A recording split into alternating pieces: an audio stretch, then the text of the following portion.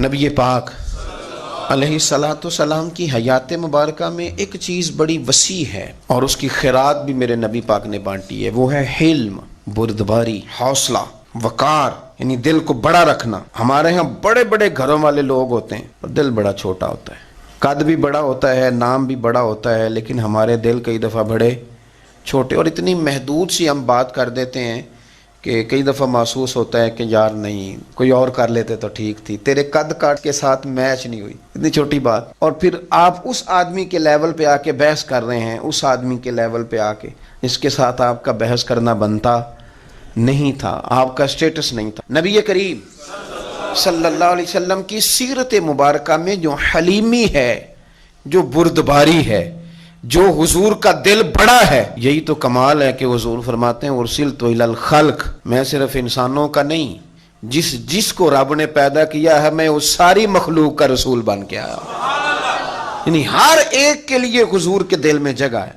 چرند ہوں، پرند ہوں، نباتات ہوں، جمادات ہوں، بہائم ہوں، جانور ہوں، ہر ایک کے لیے جگہ، ہر ایک کے لیے نصیحت، ہر ایک کے لیے پیار، بڑا دل، بڑا حوصلہ، بڑا جگرا، بڑی ساری تمانیت۔ میں نے طریقت کے میدان میں صوفیاء کو دیکھا ہے، ہر شہر کے لوگوں کا مزاج مختلف ہوتا ہے اور ہر قبیلے کے لوگوں کا مزاج مختلف ہوتا ہے۔ یہ جو پیرانے عظام ہوتے ہیں انہوں کبھی آپ چھیڑ کے دیکھیں کہ یہ بیچارے کس طرح وقت گزارتے ہیں، یعنی ہر ٹیم کے ساتھ اس طرح کا رویہ رکھنا اور دکھ سارے سننا اور ہر گروہ کی سوچ کے مطابق لے کر کے چلنا، یہ اللہ والوں کو اللہ کمال عطا کرتا ہے، اس سے پھر ان کی بزرگی بلند ہوتی۔ صحیح حدیث میں حوالہ موجود ہے، حضرت ابو ہریرہ رضی اللہ تعالیٰ عنہ فرماتے ہیں کہ سیدنا بلال حبشی فرماتے ہیں کہ طریقہ یہ تھا کہ اگر کوئی مہمان آ جاتا نا کچھ لینے کے لیے تو حضور سید عالم صلی اللہ علیہ وسلم سے وہ طلب کرتا، تو ظاہراً اگر گھر میں موجود نہ ہوتا تو حضور فرماتے بلال قرضہ اٹھایا اور قرضہ لے کے اس بندے کی مدد کر۔ فرماتے میں اکثر تھوڑے تھوڑے قرضے مدینے کے محلوں سے لیتا تھا مہمانوں کے لیے، اپنے لیے نہیں۔ یہودیوں کا ایک عالم تھا، زید بن سعنہ بھی اس کا نام ہے اور زید بن دسنہ بھی بعض کتابوں میں آتا ہے۔ میں ایک دن اس کے پاس سے گزر رہا تھا تو مجھے بلا کے کہنے لگا بلال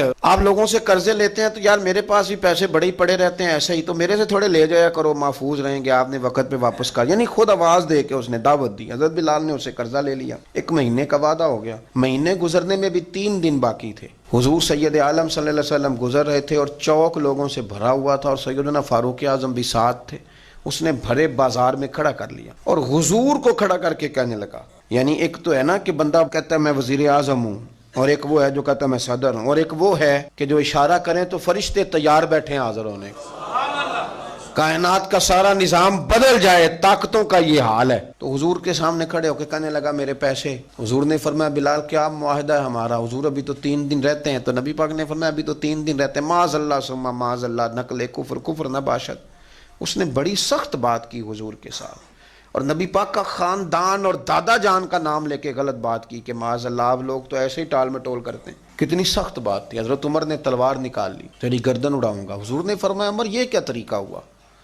اس نے پیسے لینے ہیں وہ بات کر سکتا ہے، تو اسے کہہ ذرا نرم بول اور مجھے کہہ ذرا جلدی دے دیں، یہ تو کیا کر رہا ہے؟ چھوڑ۔ وہ شخص کہتا ہے کہ جتنی ڈاڈی بات میں کر سکتا تھا نا سخت ترین میں نے کی، یعنی اس سے زیادہ تگڑی مزید سخت بات میں نے کر لی۔ تو حضور نے فرمایا عمر اب تو نے اس کو ڈانٹا ہے تو ہی لے کے جاؤ، جتنے اس کے پیسے دینے ہیں اتنی کھجوریں دینی ہیں اور تھوڑی زیادہ بھی دے دینا۔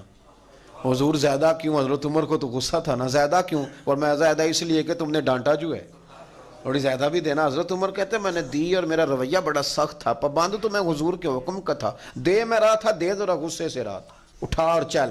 اور پھر میں نے زیادہ بھی دی، میں نے کہا ہو گئے نا پوری، نکل جا میری آنکھوں سے دور ہو جا۔ تو کہتے ہیں وہ اٹھ کے میرے قریب آ گیا، کہنے لگا عمر مجھے پہچانا ہے؟ میں نے کہا تو کون ہے؟ کہنے لگا میں زید ہوں، میرے سے زیادہ شاید تورات اہل یہود میں سے کسی کو نہ آتی ہو۔ تو حضرت عمر کہنے لگے مجھے کیا لینا دینا اس بات سے، تو جا۔ تو کہتے ہیں اس کی آنکھوں میں آنسو بھر آئے، کہنے لگا میں بڑی دیر سے متلاشی ہوں، تیری تلاش میں پھرا میں جنگل پہاڑ اور دشت میں، کہنے لگا میں بڑی دیر سے ڈھونڈ رہا ہوں، میری تڑپ دیکھ، میں نے تورات میں آخری نبی کی جو نشانیاں پڑھی تھیں وہ ساری میں نے رسول پاک میں دیکھ لیں۔ ایک علامت میں نے یہ پڑھی تھی کہ جتنی کوئی جہالت کرے گا نا نبی پاک کا حلم اتنا ہی بڑھتا چلا جائے گا،